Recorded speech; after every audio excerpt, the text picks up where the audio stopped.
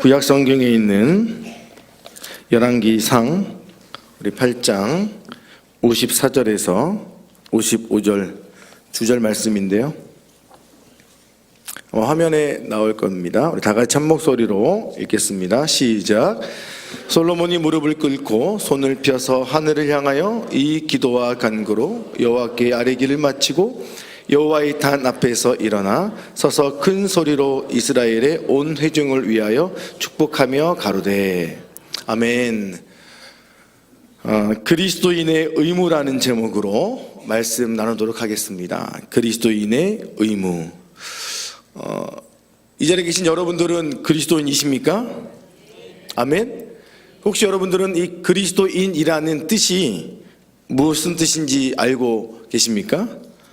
제가 한번 찾아봤습니다. 네이버 교회 용어 사전에서 찾아보니까 다음과 같이 검색이 됩니다. 헬라어로 크리스티아노스, 곧 그리스도에게 속한 사람이라는 뜻이고요.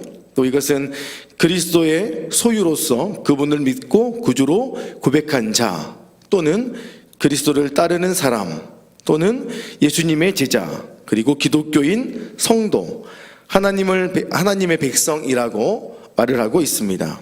자, 다시 한번 물어볼까요? 여러분들은 그리스도인이십니까? 맞으니까 이 자리에 계시겠죠. 지금 자리에 앉아 계신 분들이라면 대부분 스스로를 이 그리스도인이라고 생각하고 있을 것이고, 또한 다른 분들에게도 그러한 평가 아닌 평가를 받고 있을 것이라고 생각을 합니다. 아멘. 오늘 설교 제목이 그리스도인의 의무입니다. 제가 앞에서 이 그리스도인에 대한 정의를 마쳤기 때문에 이제는 의무에 대해서 한번 제가 말해보고자 합니다. 제가 또한 이 의무라는 단어를 이 정의를 검색해 보니까 이렇게 나옵니다. 의무란 법률상의 구속력, 즉 자기 의사와는 상관계없이 반드시 일정한 행위를 하여야 할 또는 하여서는 아니 될 법률상의 구속력을 말한다라고 설명하고 있습니다. 그러니까 여러분의 의사와 상관없이 여러분들이 의무를 다해야 한다는 것이죠. 쉽게 말씀을 드리면 지금 저나 여러분들은 우리나라 대한민국의 국민입니다. 그렇죠? 그래서 우리는 국민으로서 의무를 행하고 있습니다. 그렇죠? 특별히 헌법에 규정된 국민의 기본적인 의무가 몇 가지가 있죠? 네, 여러 가지가 있습니다. 그 중에 우리가 대표적으로 4가지를 말하고요. 또 최근에 5공화국이 들어서면서 2가지가 더 들어왔는데, 일단 4가지를 말씀을 드리면 교육의 의무, 근로의 의무, 납세의 의무, 국토 방위의 의무가 있습니다. 그러니까 대한민국 국민이라면 의무이기 때문에 반드시 해야 하는 행위라고 합니다. 하지 않으면 법률상의 구속력이 발동이 되어서 그에 해당하는 처벌을 받게 됩니다. 그래서 저는 처벌 안 받으려고 군대 갔다 왔습니다. 그렇죠? 그러니까 의무에는 책임이 따르는 것입니다. 자, 그렇다면 그리스도인들의 의무에도 책임이 있을까요? 없을까요? 있겠지만 오늘 저는 여러분들에게 책임에 대해서는 이야기를 하지 않을 겁니다. 오늘은 그냥 그 앞에 있는 의무에 대해서 여러분들과 한번 이야기를 하고자 합니다. 하나님께서 죄인된 저와 여러분들을 예수님의 피값으로 구원해 주셨습니다. 아멘. 축복해 주셨고 은혜를 부어 주셨습니다. 우리는 복음으로 말미암아 하나님의 은혜로 말미암아 구원을 받은 것에 대해서는 더 이상 할 말이 없습니다. 왜냐하면 그것이 바로 축복이고 은혜이기 때문입니다. 그런데 많은 그리스도인들이 이렇게 믿는 자들 된 것에는 감격하고 기뻐하고 좋아하고 신나하는데 의무를 행하는 데에서는 최선을 다하지 않는다는 것이 문제입니다. 내가 구원받아서 성도가 된 것에는 너무나 감사하고 기뻐하는데 성도의 의무, 그리스도인들의 의무에 대해서는 우리 모두가 최선을 다하지 않는다는 것이 문제입니다. 믿는 자들로서 반드시 해야 할 의무를 다할 때에 우리는 그때 진정한 그리스도인 성도가 될 수 있는 것입니다. 그래서 우리가 하나님께로부터 인정받고 또는 우리가 세상 사람들로부터 믿는 자라고 그리스도인이라고 또는 예수쟁이라고 불리워지는데 저는 이 시간 두 가지의 의무를 여러분들에게 말하고자 합니다. 혹시 여러분들은 이 세상을 살아가면서 세상 사람들로부터 예수쟁이라는, 혹시 그리스도인이라는 이런 이름을 들어본 적이 있습니까? 우리가 옛날에 많이 들었던 예수쟁이라는 놀리는 듯하지만 그래도 듣기에는 참 좋은 말입니다. 혹시 여러분들은 그런 평가들을 믿지 않는 사람들을 통해서 들어본 적이 있습니까? 그것은 아마 우리가 세상과는 다른 삶을 살아갈 때, 즉 우리가 믿는 자들로서의 의무를 다해 나아갈 때 우리가 세상으로부터 들을 수 있는 훈장이라고 저는 생각을 합니다. 그렇다면 우리가 세상을 살아가는데 우리가 어떤 의무를 행할 때에 우리는 그러한 예수쟁이라는 이런 훈장 같은 별명을 들을 수가 있을까요? 오늘 저는 여러분들이 그러한 이야기 듣기를 간절히 소망합니다. 세상 사람들로부터 예수쟁이라고, 때로는 성도라는 그런 아주 멋진 훈장의 이름이 여러분 가슴에 들어가 있기를 간절히 소망합니다. 우리 그 한번 앞서서 우리가 오늘 본문에 남아있는 한번 내용을 한번 살펴보면, 우리가 오늘 읽은 본문이 들어가 있는 열왕기상 8장은 솔로몬이 7년이라는 세월 동안 엄청난 양의 에너지와 돈을 투입을 해서 성전을 건축을 합니다. 그리고 그 후에 내용이 8장에 기록되어져 있습니다. 정확히 말하면 성전 건축이 완성되고 거의 시간이 11개월 지난 후입니다. 그때 솔로몬이 백성들을 불러 모았습니다. 그리고 백성들로 하여금 이스라엘에서 가장 신성한 물건인 언약궤를 성전으로 옮기게 합니다. 그 내용이 8장 11절까지 기록되어 있습니다. 그리고 12절부터 21절까지는 솔로몬이 성전을 짓고 성전에 대한 봉헌사라고 할 수 있고 때로는 설교라고 할 수가 있습니다. 그래서 성전 건축에 관한 다윗의 언약이 실제로 성취된 사실에 대한 찬양의 내용입니다. 그리고 22절부터 우리가 읽진 않았지만 53절까지가 솔로몬의 기도로 기록되어져 있습니다. 그러면서 오늘 설교 본문인 54절과 55절이 등장합니다. 이 두 개의 구절은 솔로몬의 축사라고 할 수 있습니다. 저는 오늘 솔로몬이 했던 이 축사, 이 54절과 55절 이 두 개의 구절에서 말하고 있는 그리스도인의 의무에 대해서 여러분들과 함께 나누고자 합니다. 자, 그렇다면 우리가 솔로몬의 축사를 통해서 배울 수 있는 그리스도인의 첫 번째 의무는 무엇일까요? 그것은 바로 첫 번째는 하나님을 향한 예배입니다. 우리 한번 54절 다 같이 한번 읽어볼까요? 시작.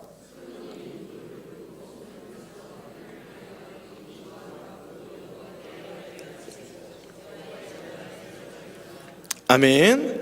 자, 성전 봉헌식을 하는 솔로몬이 하늘을 향해서 손을 들고 기도를 합니다. 솔로몬처럼 무릎을 꿇고 손을 펴서 하나님께 기도한 적이 있으십니까? 저는 제가 지금 솔로몬이 하는 행위를 단순하게 기도했다라고 표현하고 싶지는 않습니다. 조금 더 큰 의미로 솔로몬은 지금 하나님 아버지 앞에서 예배를 드리고 있다라는 것입니다. 아마 솔로몬은 지금 너무나 신이 났을 것입니다. 왜냐하면 드디어 7년 만에 성전이 건축되었기 때문입니다. 너무 신이 나서 두 손을 들고 하나님 아버지 앞에 예배를 드립니다. 예배를 드린 것은 잘한 것일까요? 못한 것일까요? 잘한 것입니다. 너무나 잘한 것입니다. 그런데 안타깝게도 솔로몬이 지금 드린 예배는 너무나 좋았는데 우리가 아는 것처럼 8장, 9장, 10장이 지나서 11장이 되어버리면 솔로몬은 타락하기 시작합니다. 참 의문이지 않습니까? 이렇게 예배를 드리기 잘했던 솔로몬이 시간이 지난 다음에 타락을 하게 된다는 것입니다. 저는 개인적으로 솔로몬을 좋아하지 않습니다. 오늘 본문을 택했지만 솔로몬은 별로입니다. 우리는 솔로몬의 인생사를 다 알고 있죠. 그리고 그 인생이 어떻게 마무리가 되었는지 알고 있습니다. 많은 사람들이 솔로몬의 아내가 1000명이었다는 걸 알고 특히 남자분들 되게 좋아하는데 전 정말 싫습니다.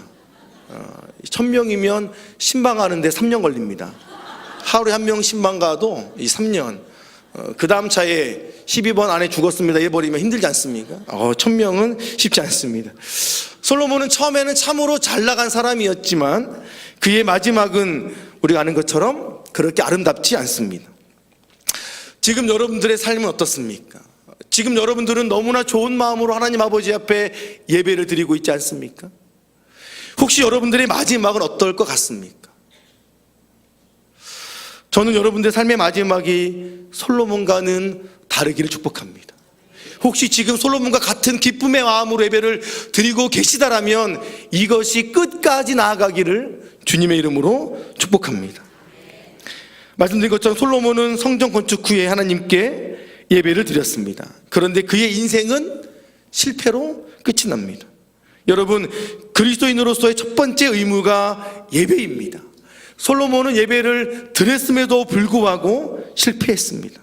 그러기 우리는 이 솔로몬의 예배를 통해서 배울 것이 있습니다. 제가 볼 때 솔로몬에게 예배는 있었지만 진정한 드림의 예배는 없었다는 것입니다.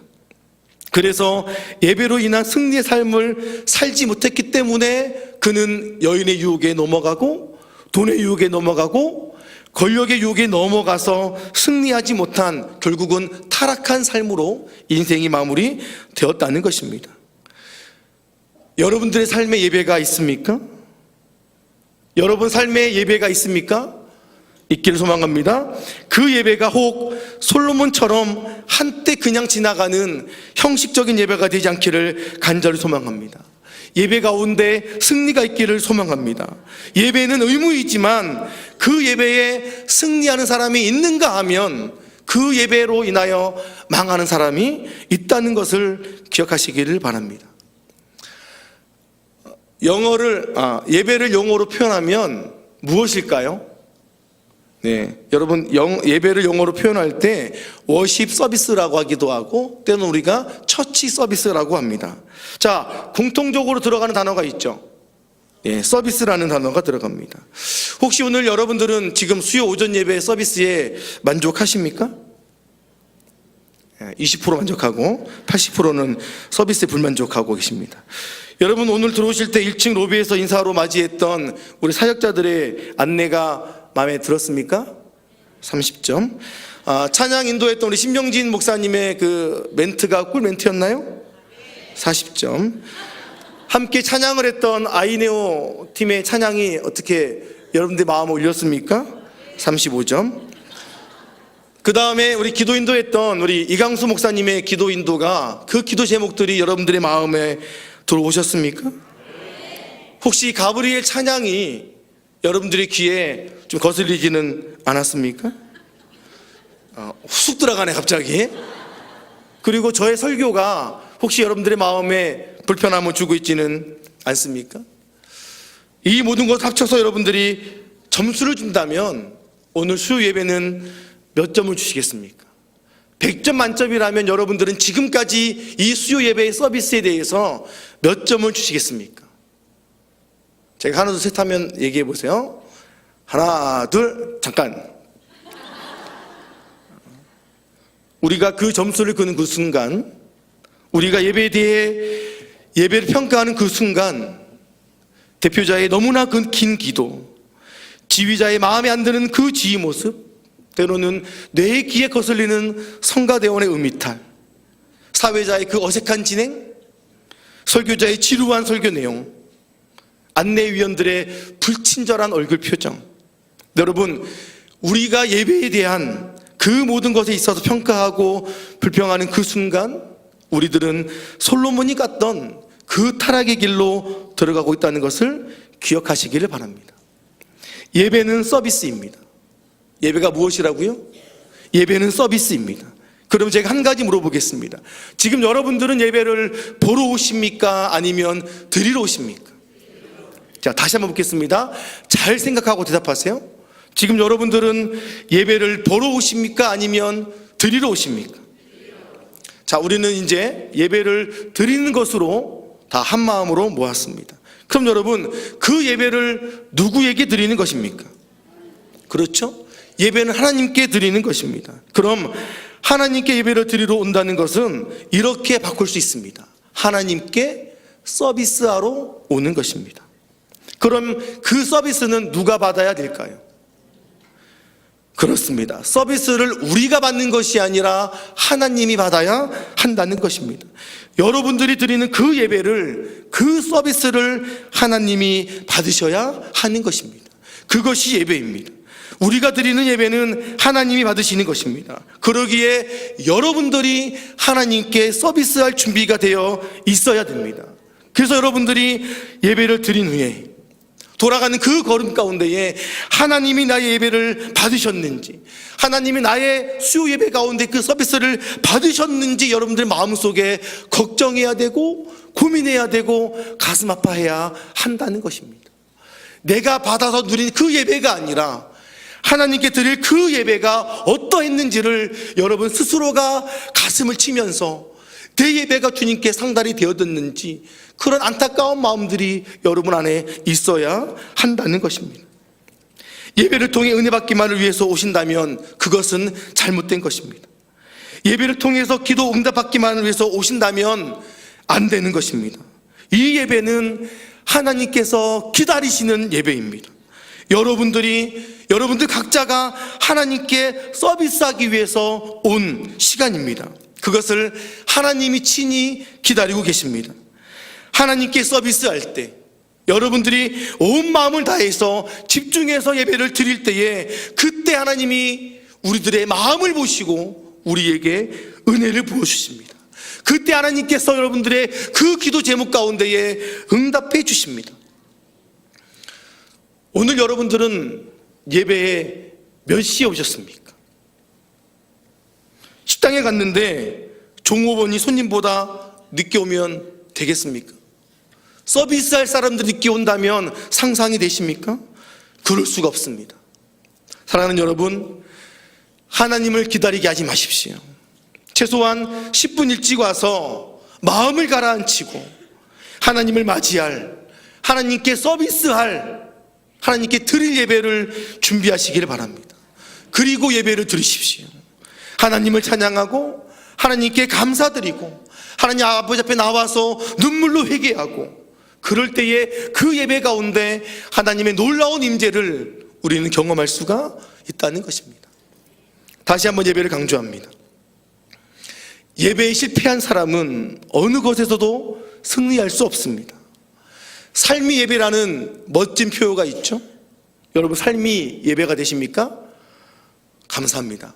대답이 없기를 기대했습니다. 저도 이거 안 믿습니다. 삶이 예배? 수요 예배도 드리기조차 힘든데 삶이 예배다? 그건 뻥일 수 있습니다. 저는 여러분들에게 삶이 예배라는 것을 말하고는 쉽지만 기대하지 않습니다. 내가 교회에서 드리는 예배조차도 제대로 드리지 못하고 서비스도 제대로 하지 못하고 있는데 과연 내가 교회가 아닌 곳에서조차 욕심은 있지만 사랑하는 여러분, 제발 우리 교회에서 드리는 그 예배만이라도 하나님 아버지 앞에 전심으로 나와서 하나님께 서비스하고 예배하시기를 간절히 소망합니다. 오늘 여러분들이 제 설교를 듣고 예배를 대하는 태도가 그리고 생각에 변화가 있기를 소망합니다. 예배 자리에 나올 때 어떻게 나와야 하는지 준비가 있기를 간절히 축복합니다. 여러분, 이 예배가 의무이지만 더욱더 좋은 의무를 가지고 내가 예배에 승리하겠다, 내가 진정으로 주님께 예배에 은혜를 드리겠다, 은혜를 받겠다라는 마음으로 나오신다면 하나님은 여러분들이 그 마음을 아시고 그 예배 가운데에 여러분 삶에 축복을 줄 줄로 믿습니다. 하나님께 드리는 예배의 변화와 회복이 없이는 우리의 삶에 어떠한 긍정적인 변화와 회복은 없습니다. 그러기 우리는 예배에 목숨을 걸어야 됩니다.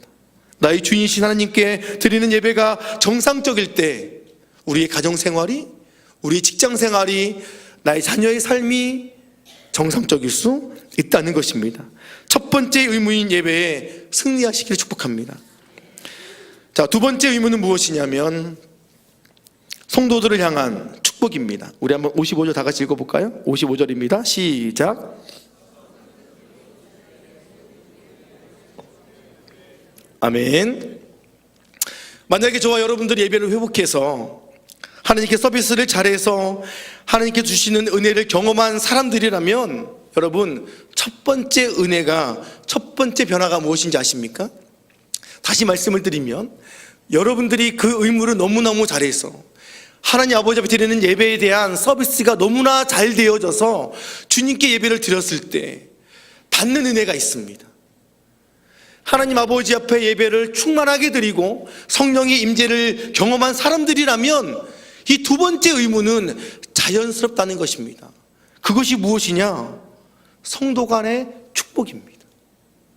은혜를 받은 사람은, 하나님으로부터 내려오는 은혜를 받은 사람은 당연히 그 다음 사람에게 축복할 수밖에 없다는 것입니다. 그 변화가 무엇이냐면 드디어 내 주변에 누가 있는지가 보입니다. 더 나아가서 주변 사람들을 돌아볼 수 있는 마음의 여유가 생깁니다. 사랑하고 싶고 축복하고 싶고 섬기고 싶어집니다.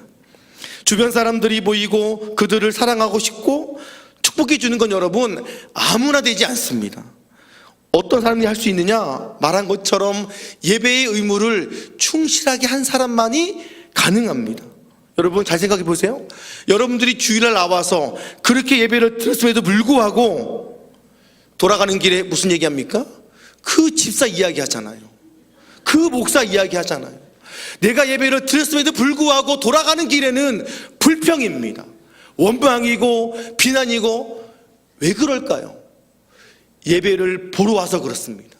예배를 보러 오는 한, 그 예배를 드리지 않는 한 은혜가 없는 경우엔 돌아가는 길은 비난과 비방과 불평밖에 없다는 것입니다. 그러기에 여러분, 이 성도들을 향한 축복은, 성도들을 향한 사랑은 하나님 아버지 앞에 전심으로 나왔을 때 그 은혜 가운데 오는 임재함을 통해서 나올 수가 있다는 것입니다.